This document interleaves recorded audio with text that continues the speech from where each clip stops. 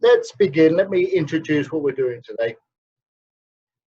Okay, the purpose of today is to get an insight into what leadership and how to begin to develop as an agile leader. So I think the first thing we need to do is to determine what agility is.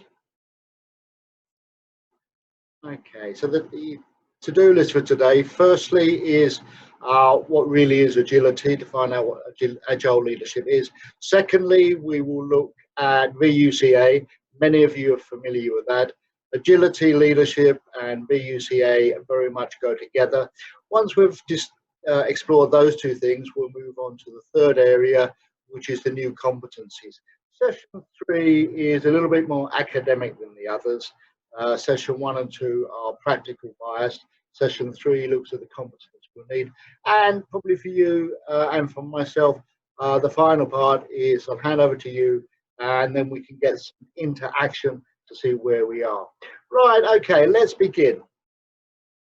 Right, what really is agility leadership? Let's spend a couple of minutes defining really what it is. So agility, if one looks in the dictionary, there are many definitions. The definition we'll use for today is to think and to act quickly and clearly. In Vietnamese, it is, okay, right. So that's the basic level of agility. Let's go down a bit deeper. So what I'd like to do is to have a look at agility and strategic thinking. The reason I'd like to do this is a lot of people ask me, what's the difference between strategic thinking and agility? They are different, but in many respects they belong together. So let's go a bit deeper in agility. So that's agility, ability to adapt, change, quick thinking. On the other side, we have strategic thinking. Strategic thinking is, as we know, it's about taking a big view. Strategic thinking is about looking at the macro. So it's looking at the big area, determining, so you think strategically, and then you put the action, and the action should be agile, which means quick. That's how they come together. If you're quick, you're agile, without good quality thinking, it doesn't work. If you think strategically and then you don't act quickly, it doesn't work. So that's why the two belong together. So agility, strategic thinking.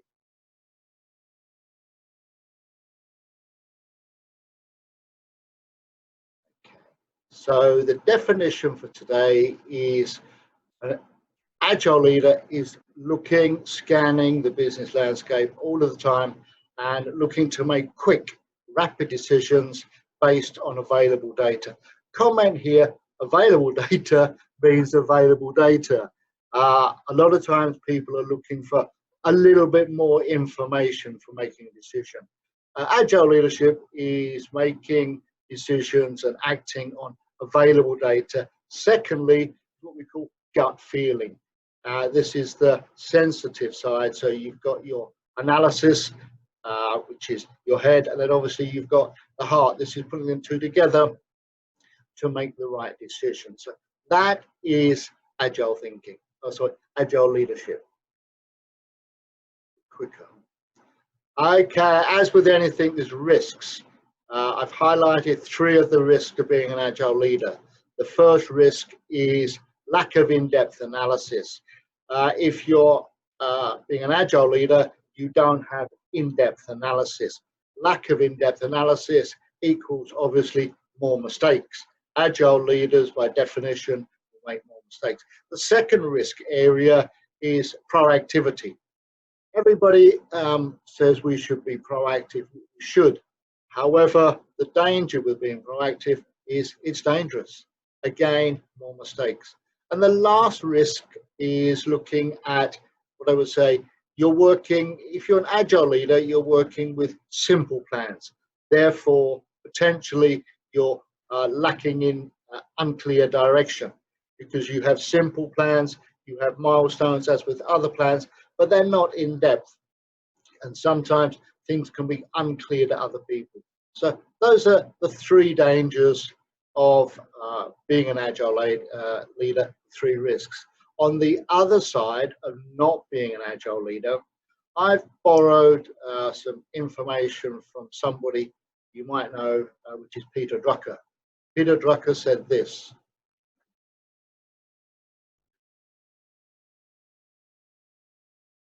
although Drucker originally spoke about innovation, about the need to innovate and the need to change, today the need, if you're not agile, if you're not innovating, survival is very much at risk. Okay, so that brings us to the end of determining what agile leadership is. So let's move on.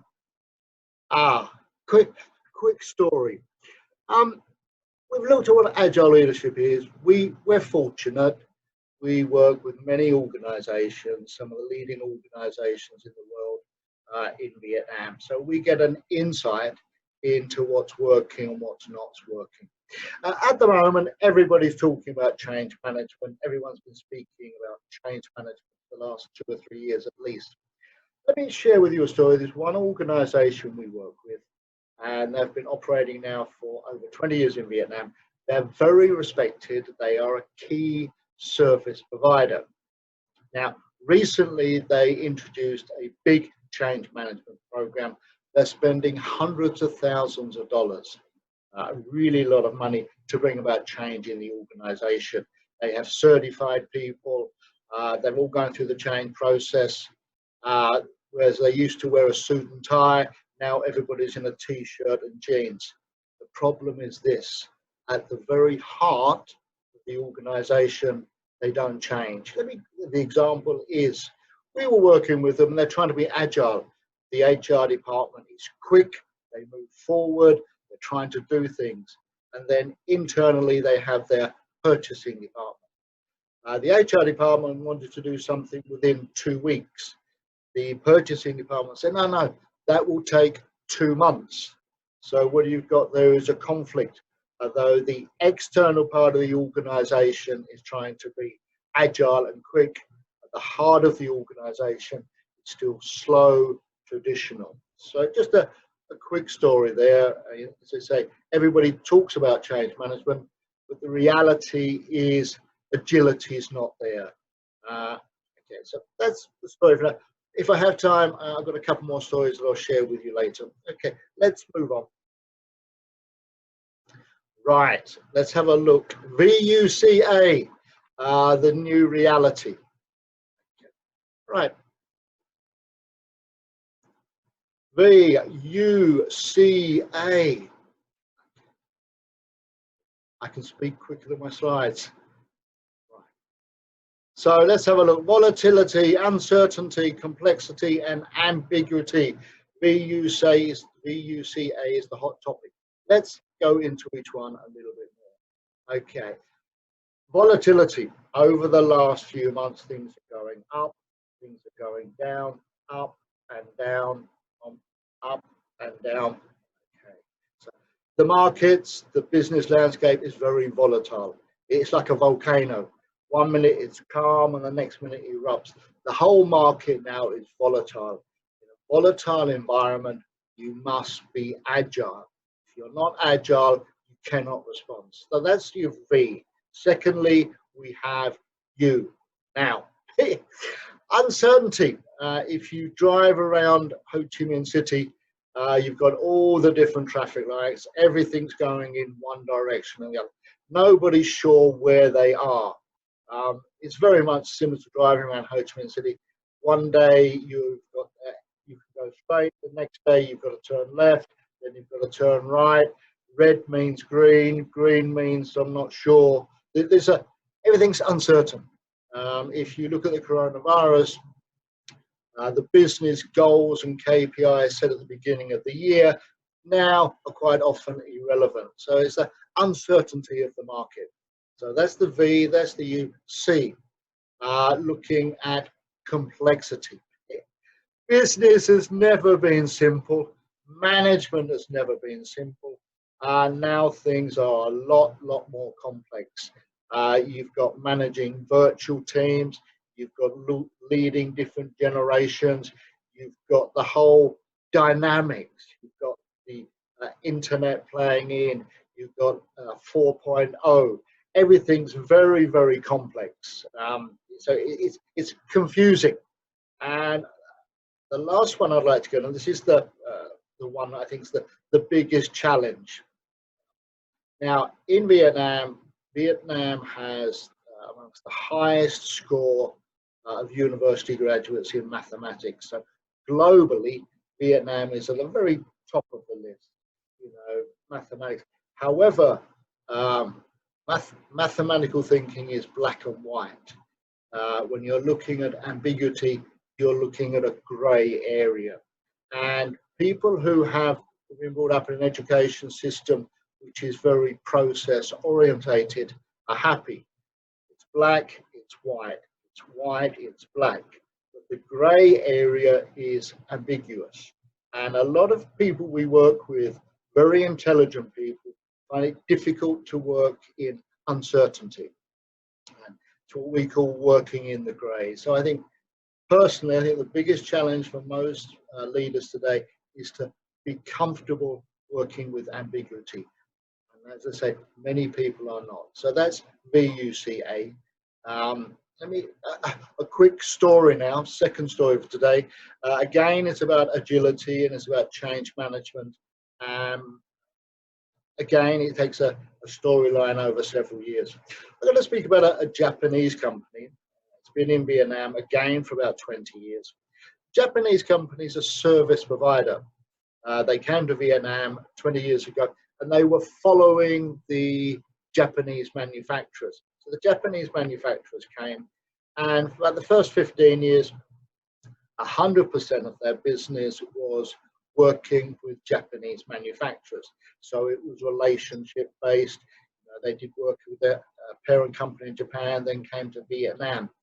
Over the last few years, the Japanese manufacturers were being squeezed and squeezed for profit. So they looked at all their relationship. They became more agile. They became more flexible.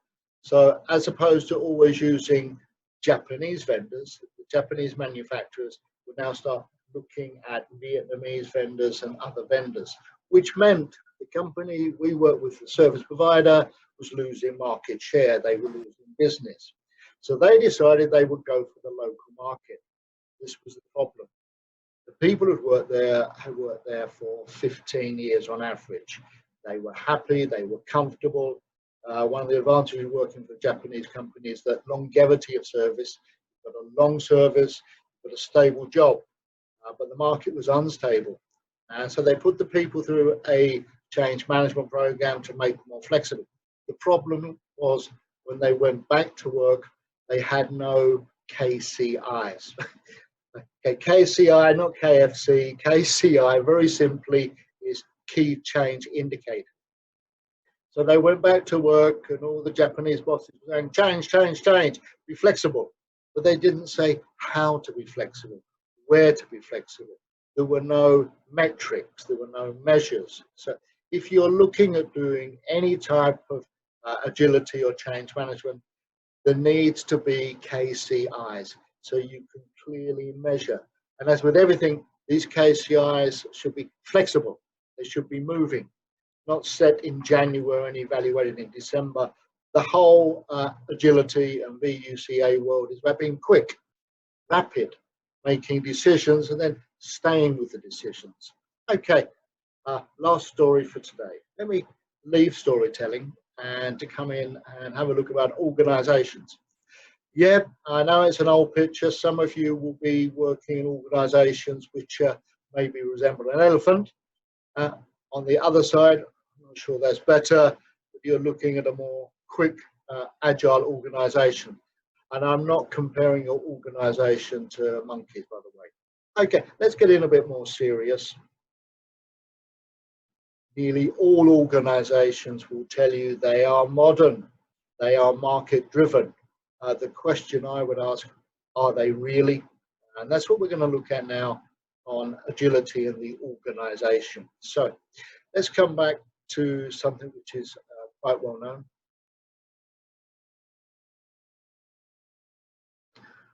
Okay, one of the first steps on looking at the health of an organization or where it is to have a look at the values of an organization. I've picked some values from different companies we've worked with and just compiled them. They're at random. Um, these are from various companies, various industries. Start with obviously the client centric, coming all the way through to customer. Now, I've been speaking now for 15 minutes and I'm going to give myself a 1 minute break. So what I'd like to do, I have a very small exercise for you. What I'd like you to do is on the page there are 12 different values. If tomorrow you were to start a new organization and you wanted the organization to be agile, you wanted it to be quick, you wanted it to be modern, which of those 12 values, okay, select 4 that you think would be suitable for an agile organization. So just 1 minute.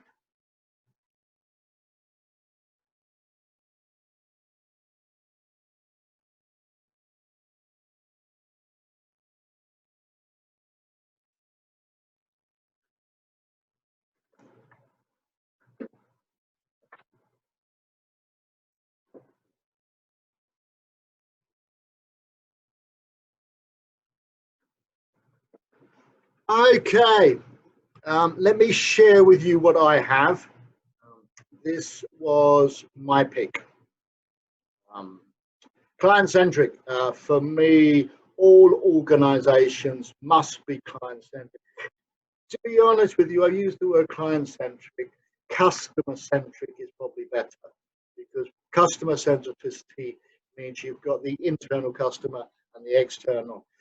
Based on our experience is people will focus on the external customer, and as with the story I gave earlier, the internal customer doesn't happen. So you don't get alignment, you don't get unity. So for me, being client-centric is the #1 value. Second is human touch. Now, um, human touch here, unfortunately, for the last 3 months, we cannot even shake hands with COVID-19. Human touch means in a digital world where people and organizations are becoming more apart, it means you've got systems that have a human element. They have the human touch. Uh, I was speaking to somebody the other day about EQ, and everybody speaks about it, but a lot of systems, a lot of way things happening don't relate to the individual. So for me to have a value where you've got to have a human touch is critically important. Next value that I've selected, innovation. There's nothing more to say there. And my last one would be simplification. Yeah, simplification. Why? Um, if you're going to be agile, things need to be simple. One of the people I respect most is Albert Einstein. And for those of you who've read anything or know anything about Albert Einstein, he was very famous. He once said, and I'm misquoting here, intelligent people can make the complicated simple. Stupid people make the simple complicated. No disrespect, but there's a lot of organizations out there which makes very simple things into very complex areas. To be honest, leadership frameworks should be quite simple. Some organizations spend 12 months designing them, employ Swiss consultants to do it, and at the end, they've got a framework which is not necessarily relevant to the change in the business. So for me, simplification. Okay. Should you disagree with that? 100% okay. Everybody's got their own opinion. When we come to the Q&A, if you'd like to share what you think your values are or to challenge me on mine, happy to do so. So let's leave the values of the organization. There's a quick survey I'd like to do online. I'm going to hand you back to Tom now, who will spend a couple of minutes with you on this. What we'd like to do is do a survey and find out how agile you think your organization is. We've got 5 areas: policies and procedure, their values, structure, are they customer centric, and the leadership mindset. So those 5 areas, how would you evaluate them in terms? So Tom, over to you, 2 minutes. Thanks.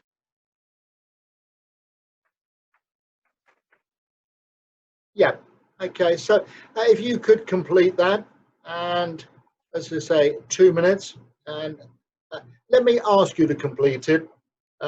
We've got an audience out there. I guess you're around 100, and it would nice to see, to hear what you think.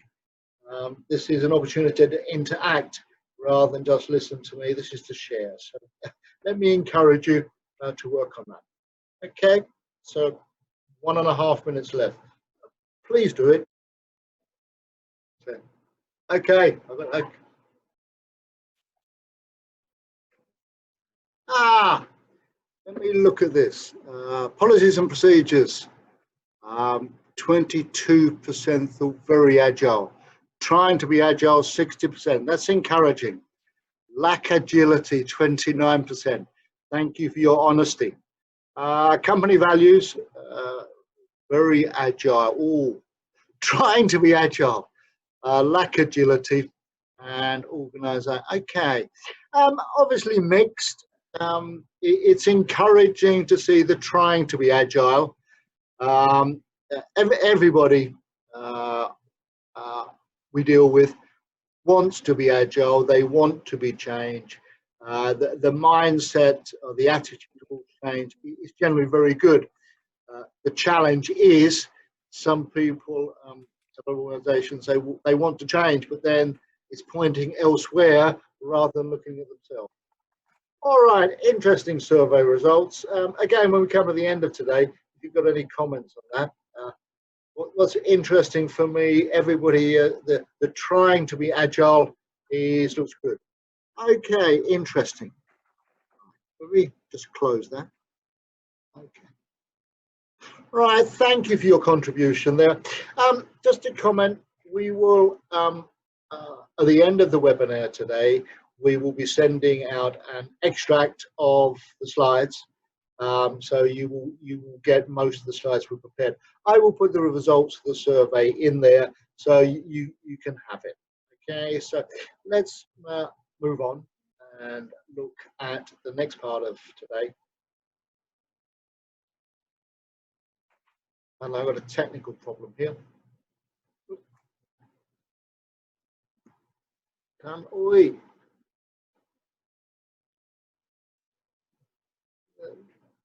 Apologies, people. My screen seems to have frozen. I've got technical people running around pressing buttons.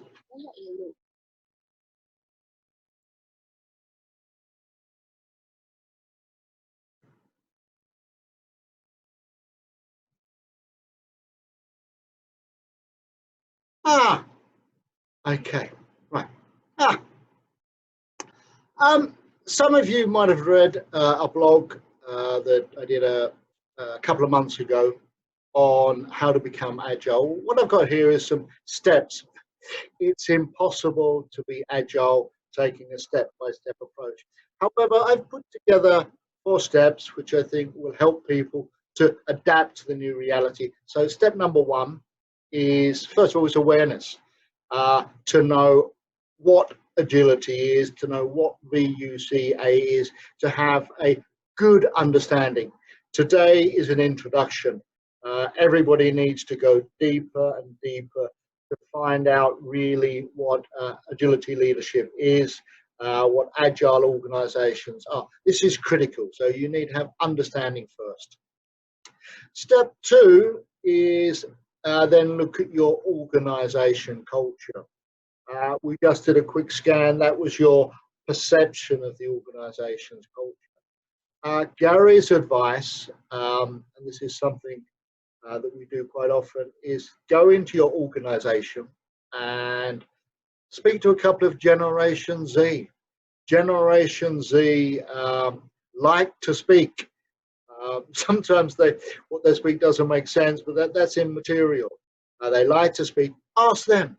Generation Z, what is our organization culture? So get a different perspective based on that move forward. So number one is understand what it is. Number two is identify where your organization is, because you've got to become agile within that organization. Step number three is self-analysis. Most of you over the last few years would have been through a DISC or a Myers-Briggs.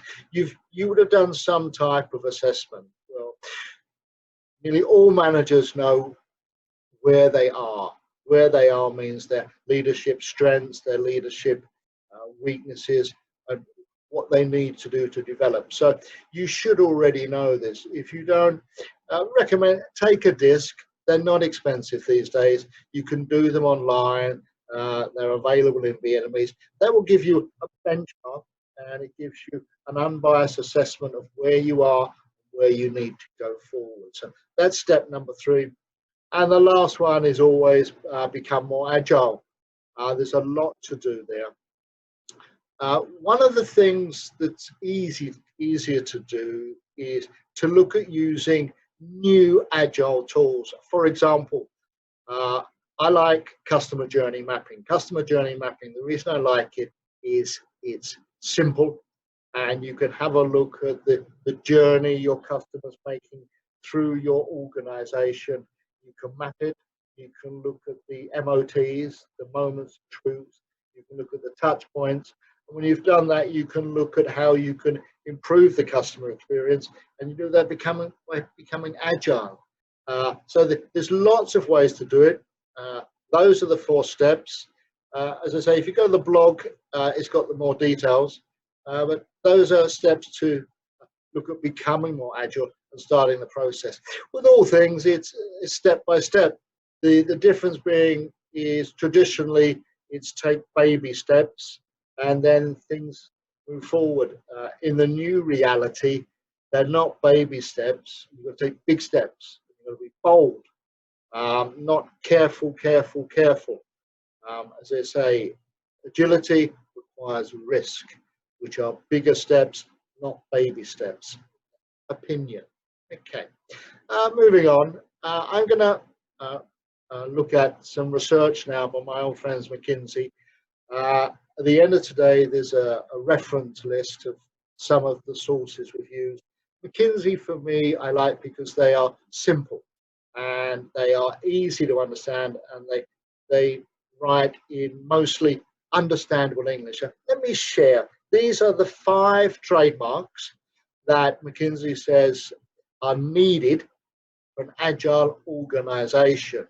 Unfortunately, they use some very difficult English. So for those of you whose first language is not English, let me just help a little bit. Agile organizations have a North Star embedded across the organization. Let me try and translate that. Easy English, North Star means a clear direction. So you've got a good vision, a clear way forward. And throughout the organization, everybody's aligned to that vision. They know where they're going. They know what they're doing. Okay, so that's number 1, strong vision-driven company. Next one is empowered teams, empowered networks. Some of you will be familiar with Leadership 4.0, Technology 4.0. Most of you will not be aware of Leadership 3.0. Obviously, you've got a 1.0, 2.0, 3.0, and 4.0. It gives you a headache trying to remember them. Anyway, the reason I mention this is Leadership 3.0 is about empowerment.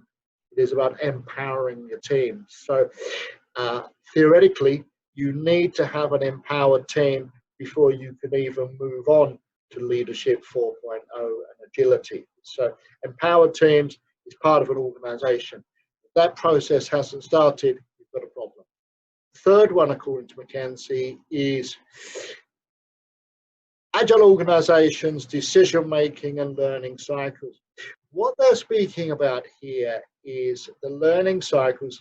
Most organizations set a training plan at the beginning of the year, and they set their benchmarks for the year, and they have training programs. What Mckinsey is talking about here is when people are going through training, the learning and application's much shorter.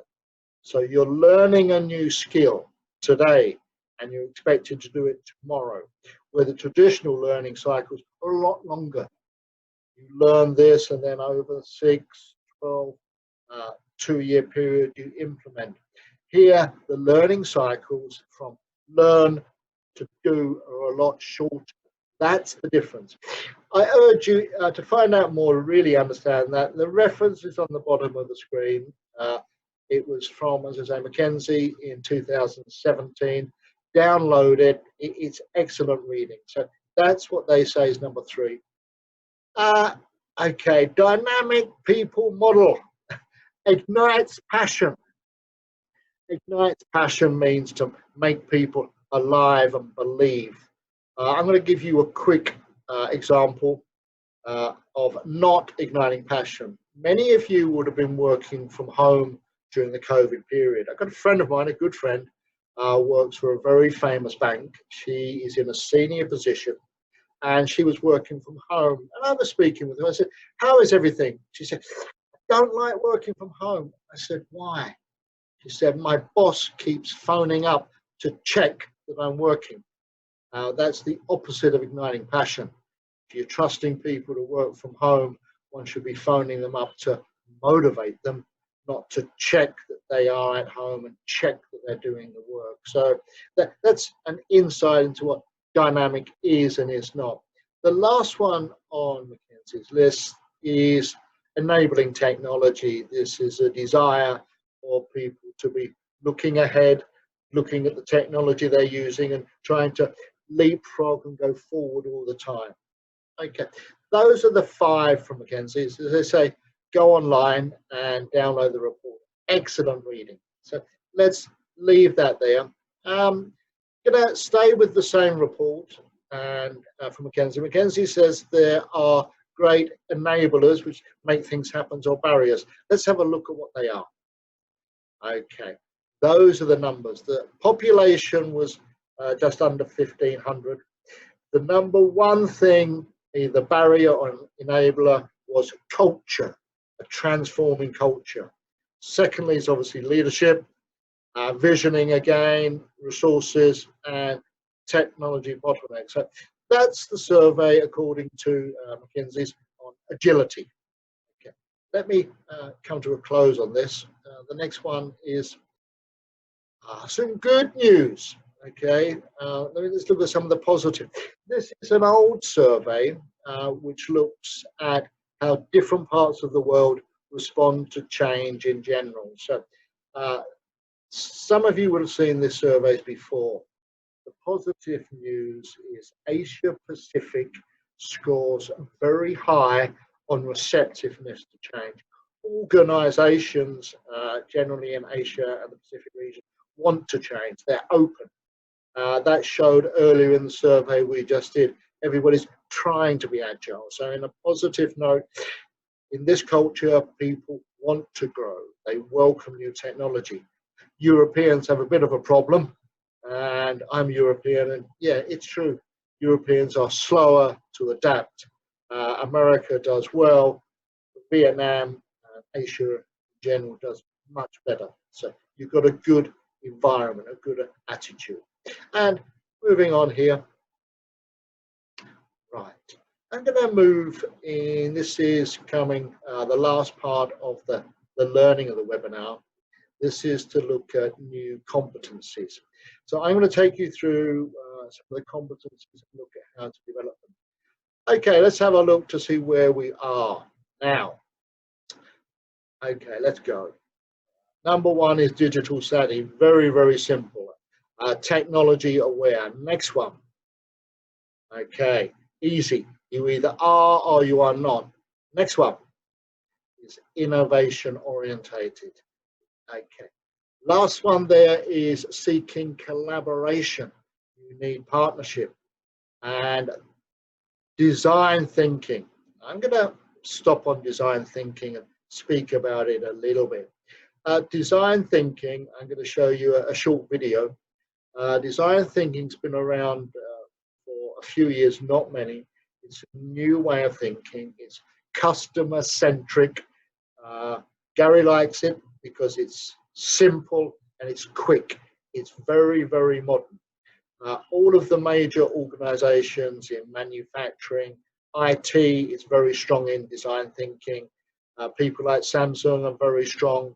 All the Japanese manufacturers, they've all been learning design thinking over the last few years. So to me, it's a critical new competency.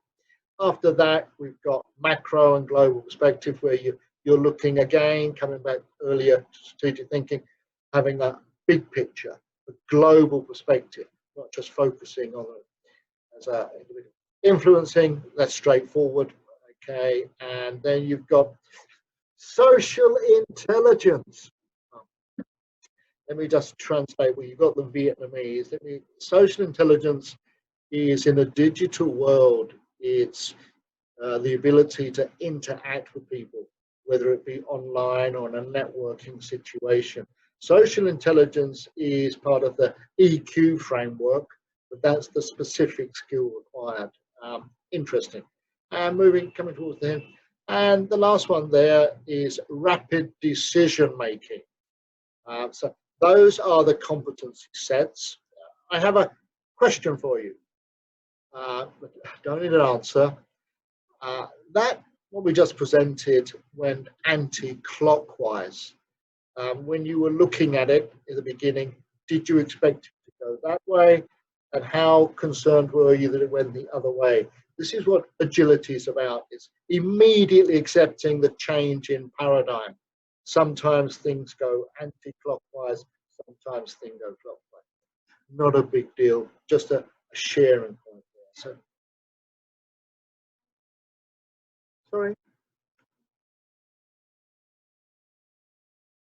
Sorry, I've got my assistants waving at me. Okay, I hope we're still all together. What I'd like to do is to look at design thinking, and I'm going to show you a short video. We've got a switch technology here, so let's hope it all links through. So I'm going to show you a very short video on design thinking.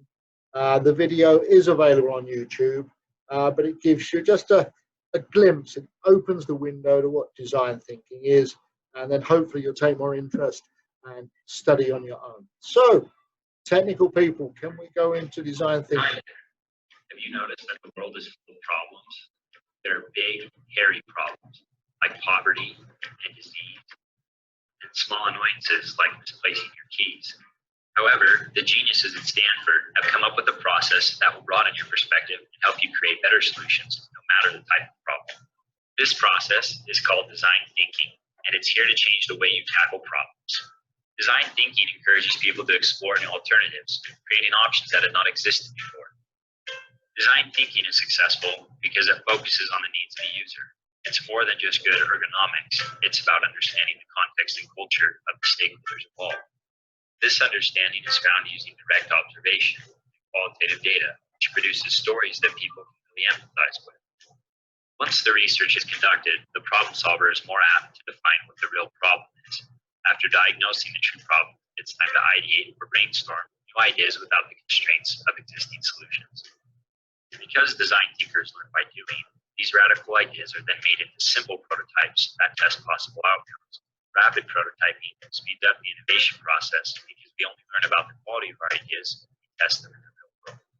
The process of ideating, prototyping, and testing is repeated early on so that mistakes are quick, cheap, and ultimately lead to success.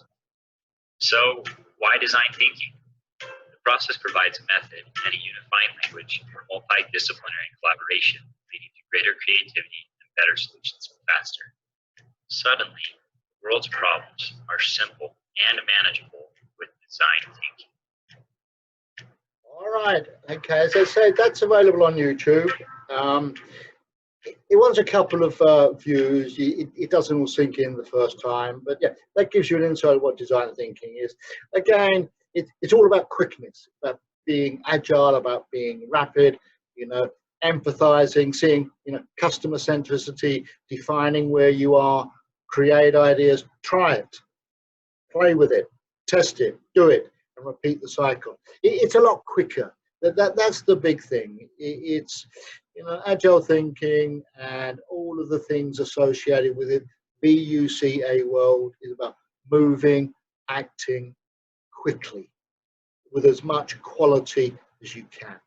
Let me come in to conclude. This is my conclusion, which you can see on the screen there. And Vietnamese, VUCA is here to stay. You're not going back to the long-term business cycles. Business models are changing daily. You know, things are becoming digitized. It's a world of rapid change, VUCA. And to survive in a VUCA, one needs to be agile and thinking strategically. That brings me to the close of the informative part. I'm really hoping now that we're going to have some dialogue. You've got the references there. You can take a screenshot. I will send you, as I said earlier, an extract of, I've got 33 slides there. I will send out about 25% of the slides, which will give you an insight into where we are. Now, I'm going to have to turn over to my support person who's ready with the Q&A. So, Ms. Tan, how are we handling the questions? How can a middle manager start agility without going into large organization transformation? A good question. Simple answer is many people out there will not be working in agile organizations. If you plan to stay with your organization for the rest of your life, okay, then you follow the trend. If you want to become more agile, is to have a look at yourself. It's about your personal development. Earlier, I mentioned about have a DISC analysis. Well, look at your DISC or whatever tool you use, and that will identify areas you will need to develop. Once you've done that, you can have a look within the boundaries of your organization at what you can do that is more agile. My advice is play a little bit more. I've been teaching management and leadership development for a long time, and my big advice is enjoy life a bit more. Take a few more risks. It's not easy, and if you've got an old organization or very likely an old boss, and all old bosses will tell you they're modern at heart, most are not. So find something which is right for you and play and take small risks. Okay. John Wing, hold on. In his book, let me just read this one.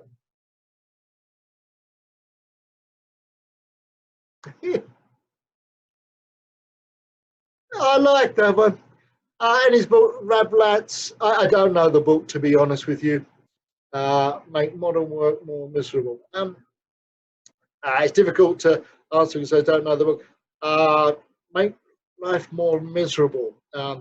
I'm recommending people become more agile, not as your boss, not as somebody who's paid by your organization, but the reality is people do need to be more agile. People are slow in decision making generally. If you look at the coronavirus, for example, most organizations and managers were very slow to react. They need to be agile. Somebody asked earlier, is agility only in a crisis situation? Well, yes and no.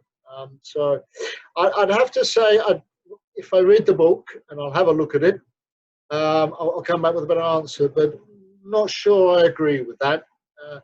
Just a comment, Dan Lawrence, most of the books on leadership come out of America, and they are American-centric.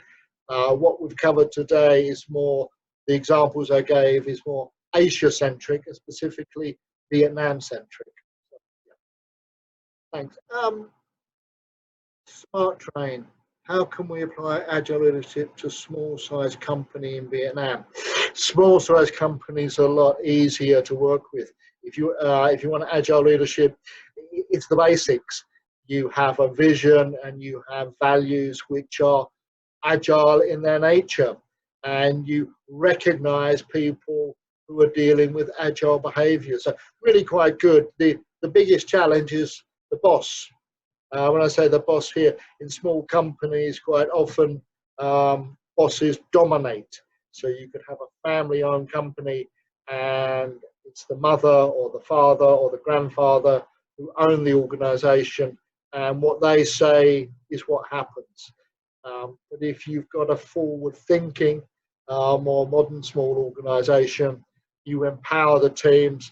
It's really quite easy, much easier with a small company if the owner, if the boss is receptive. What is the best enterprise size for a successful agile? Tanlam Consultant, I like your question.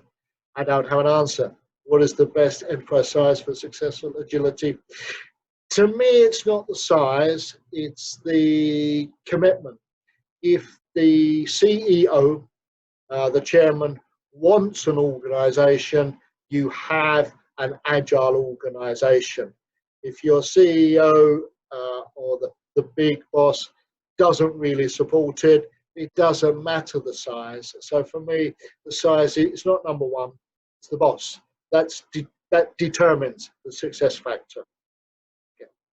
What is the level of agile leadership in organizations in Vietnam? One, I don't know the answer again. Level of, based on our experience, we work with lots of different organizations. I mean, some organizations are very agile. As the survey we did earlier, everybody wants to be agile. The culture perhaps doesn't allow it. So the level of agility in Vietnam, in some areas, quite high. People are quick thinking. It's all about the culture. Just a quick comment here. If you look, for example, at Vingroup, looking, we're not working with Vingroup currently, we have worked with Vingroup. If you look at Vingroup, it's probably a world leader in agility. They are very, very quick. I could give you, that's a positive example. There are some negative examples from other organizations which I won't give. So that's my comment there. Can you more deep about another VUA? And saying VUA subject, I could. Maybe I'll do another webinar in the future. I don't know. We did some work last year with CPA Australia on VUCA, and there might be a seminar organised by those later in the year, and then I can go deeper. I've got 4 minutes left, so apologies, I can't give the detail of that. We come again, which, okay.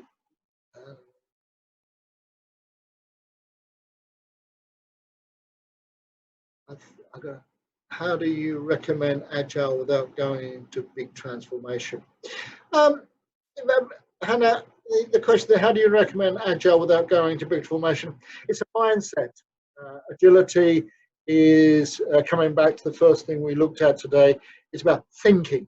It's about looking at stuff, thinking quickly. So without going to big transformation, it's your decision-making process. So I would look at analyzing how you personally are making decisions and benchmark your time for decision making against other people and look at the quality. And so challenge yourself and benchmark yourself. And, you know, big transformation is big transformation. We're looking here to start agility. So benchmark where you are against other people. Look at people who you believe to be agile and see what they're doing and model them. I think last question I have to close, I think. Excuse me. Full of gain loft.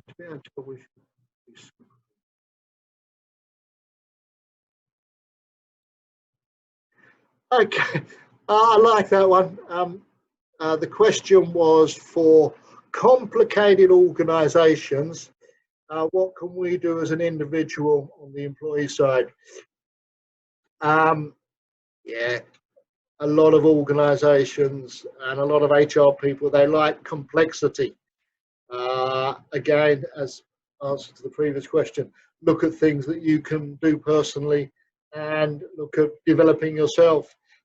You're inside the organization, obviously you should ideally be passionate about your organization, want to go forward, but you've got to be honest about where your organization is and develop, uh, ideally with your organization's help, but if the organization doesn't, you do it on your own.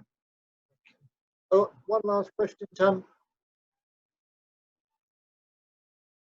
I'll do this too, okay. Wang Lee, SHB, we are organizing.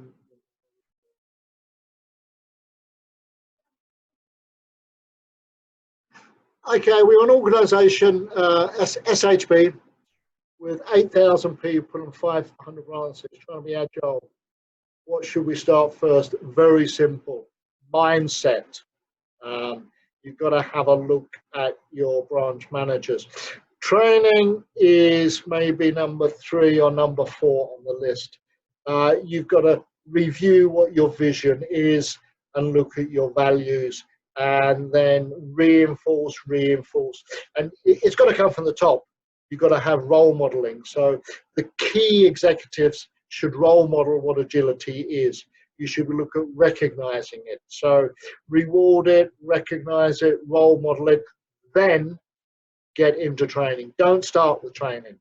You want people to desire the training to be agile rather than give them the training first and support afterwards, which is not conventional thinking, but based on my experience, modeling and strong support, then training. Chung V, hello V, how are you? Good to hear from you. Money transfer, you're going to transfer me some money? If you work in a high risk environment, is Agile suitable for any other leadership style recommended? Where you are, I know what you're doing. And agility here means agility working within a framework. You're working in a high risk area. I think with money transfer in a bank, there are selected skills. And the other leadership style we recommend. There's not many people that you will be leading in that environment. So it's to look where agility does apply. But in that particular one, you've got a high risk area and you cannot mitigate the risk and it's procedural driven.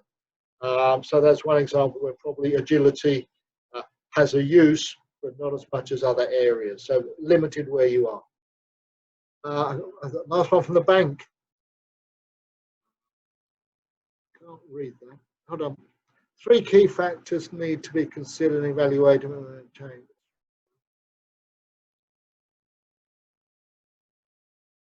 I'm not sure I understand the question. 3 key factors need to be considered, then evaluated when implementing agile models for large organizations. I'm not sure what the 3 key factors are. I looked at 3 risk factors. If you're implementing agile models, again, it's not so much a model; it's more of a mindset. You know, traditionally we're looking at different business models. Agility is not a model; it's a mindset. So it's about changing. It's culture change, and if you want to go through cultural change, there are cultural change models, but there's not agility models. Agile, again, is breaking models. It's to move forward and to come out of a model box.